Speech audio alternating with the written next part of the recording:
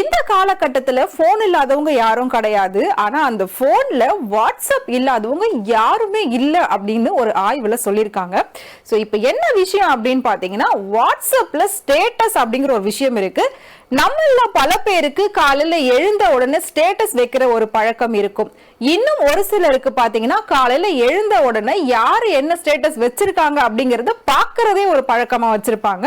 இந்த மாதிரி WhatsApp status அப்படிங்கிற ஒரு விஷயம் அப்ப மட்டும் இல்ல, இப்ப வரைக்குமே சரி, எப்பவுமே சரி, அது ரொம்ப ட்ரெண்டிங்ல இருக்கக்கூடிய ஒரு விஷயம் தான். ஆனா அந்த வாட்ஸ்அப் ஸ்டேட்டஸால ஒரு பெரிய கொலையே நடந்திருக்கு அப்படின்னு சொன்னா நம்புவீங்களா? அதாவது ஈரோடு மாவட்டத்துல பவானி அப்படிங்கிற ஒரு ஊர்ல ஒரு பொண்ணும் ஒரு பையனும் லவ் பண்ணிட்டு இருந்திருக்காங்க.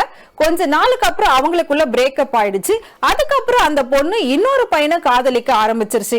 இதுக்கு நடுவுல அந்த பொண்ணுக்கு பிறந்த நாள் வந்திருக்கு. அந்த பிறந்த நாளுக்காக அந்த பொண்ணோட முதல் காதலன் ஹாப்பி பர்த்டே அப்படின்னு அந்த பொண்ணோட போட்டோவையும் பேரையும் போட்டு ஸ்டேட்டஸ்ல வச்சிருக்காரு. வாட்ஸ்அப் ஸ்டேட்டஸ்ல ஹாப்பி பர்த்டே அப்படின்னு வச்சிருக்காரு.